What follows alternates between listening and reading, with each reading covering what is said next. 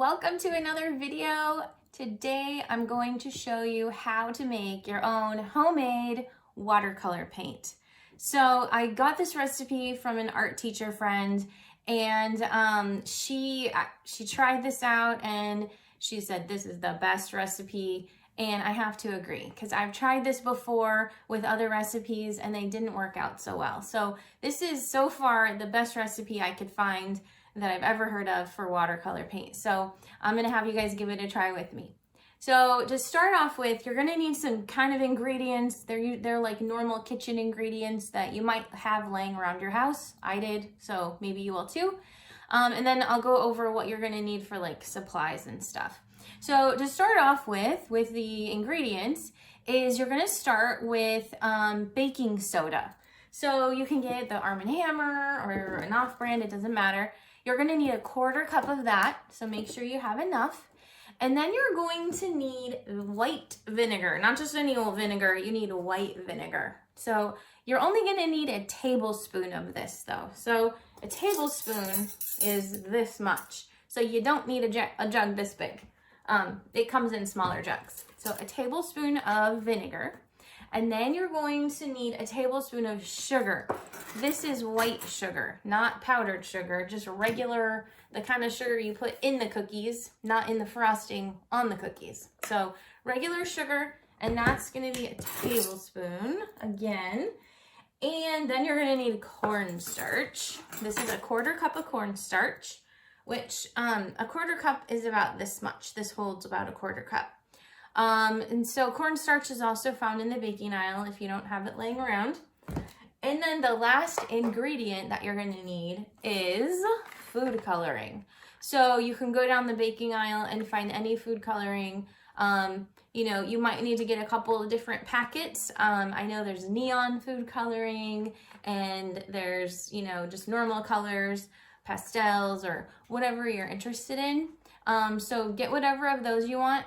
And then, as far as the like supplies go that you're gonna need to make this stuff, you're gonna kind of want to innovate a little bit. So you might not have exactly what I have, but that's okay. You can figure it out. So as far as mixing everything together, you're gonna need a bowl, because when you put it all together, it's gonna be white like this. It's gonna be kind of like a white powdery type of thing.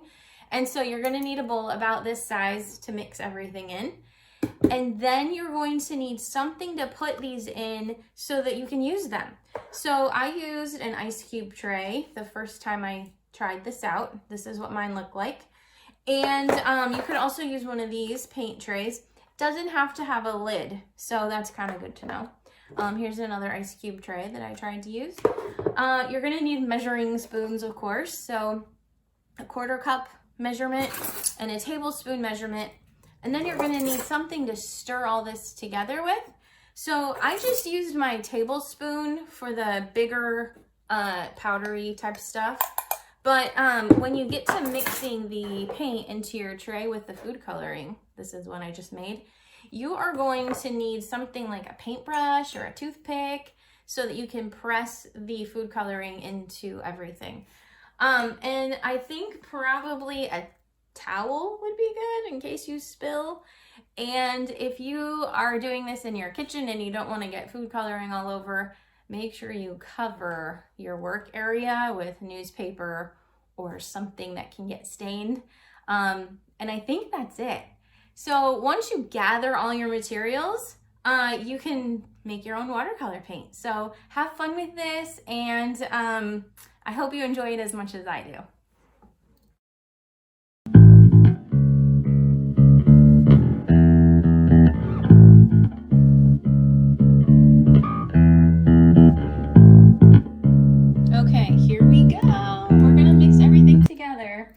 So we're gonna start with the baking soda, and I've got it all measured out here, 1/4 cup. We're gonna pour it in. The next thing is a tablespoon of white vinegar. I have a gallon, remember? And we're going to pour it in. Now, I don't know if you know what happens when baking soda and vinegar get mixed together, but it bubbles, super fun. Okay, next thing is a tablespoon of sugar. So I'm gonna measure that out and mix it in. And a 1/4 cup of cornstarch. So we got the cornstarch here. We're gonna pour that in. And then the last ingredient is food coloring, but we're not gonna put that in yet. We're gonna wait a second. So I'm gonna just use another spoon that I have here on my measuring spoons. So we're gonna mix this up, and it's gonna be pretty powdery to start off with.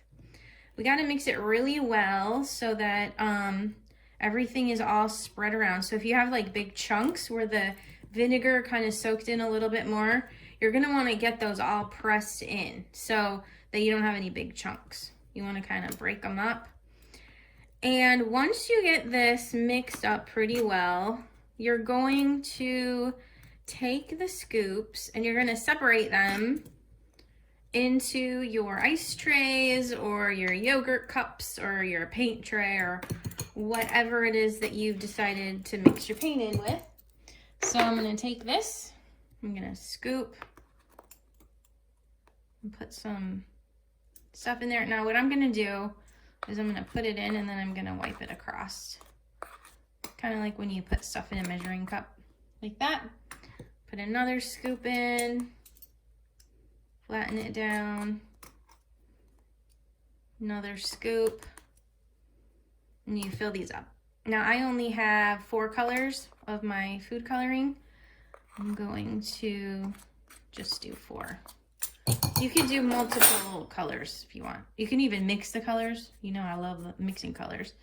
Okay, so there's that. We're gonna set this aside. If you have extra, awesome, you can make more. Okay, so here's those. Now, this is the messy part. So before you do this, notice everything is pretty white and clean. You might wanna lay something down, like a newspaper or an old paper sack or something under, because the food coloring will actually stain. This is my old art desk, so it's just kind of asking to be messed up. Okay, so what you're gonna do is you're gonna take the food coloring and you're just gonna drop some drops into the sections like that. And then you can take, well, I noticed anyway, it worked best for me when I took a paintbrush and I mixed it together with a paintbrush, because you're going to use a paintbrush on it anyway, so you might as well get going with a paintbrush. You can also use a toothpick, you can use a Q-tip, anything just to kind of squish it together. Now, because of the cornstarch, it's going to actually get kind of hard, and you'll have to just feel this for yourself. It feels really interesting. Okay, so there's one color. I'm gonna do the green. Also, I want to remind you guys, you can always add more, but you know what? You can't take the food coloring out. You can always add more food coloring, but you can't take it out. Now, see how I have orange on my paintbrush? I'm gonna rinse it off before I use it to squish this down. So now I'm gonna do this one, get it all mixed in.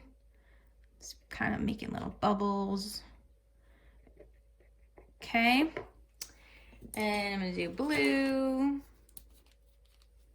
And it looks like I've got 2 different greens here. Okay. And I'm gonna mix the blue. And the other color, I used most of my colors up when I made my last batch. So it looks like all I have left is 2 different greens. Okay, there's that one. I've rinsed my brush. Now I'm gonna use it to mix this in. Okay, so now you are actually going to let these dry. Now that's going to be the hard part, because if you're like me, like I did, I really wanted to use my paints right away. But I've learned that they actually work best if you let them dry and soak in at least 24 hours. I can't explain why. It just works better that way. But I'm going to show you from the ones that I've had sitting around. So these have been sitting around for a while. And this is a draw along from a draw along video that I used recently. So I'm just going to rinse my brush one more time, and I'm going to use this and I'm going to paint some sections of my owl picture.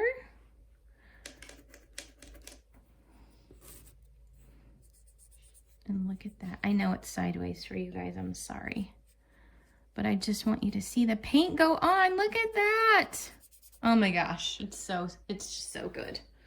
I love this recipe.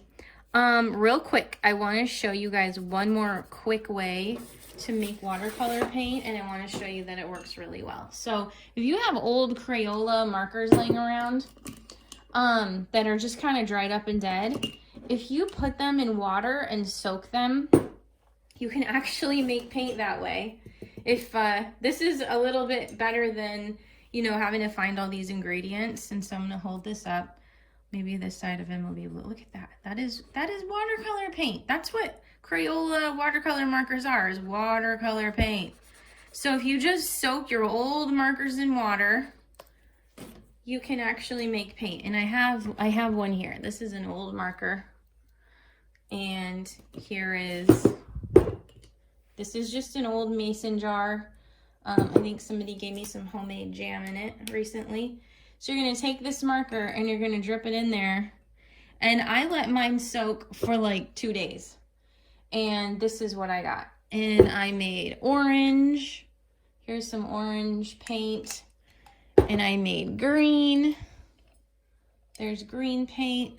So these are all just with my some magenta paint.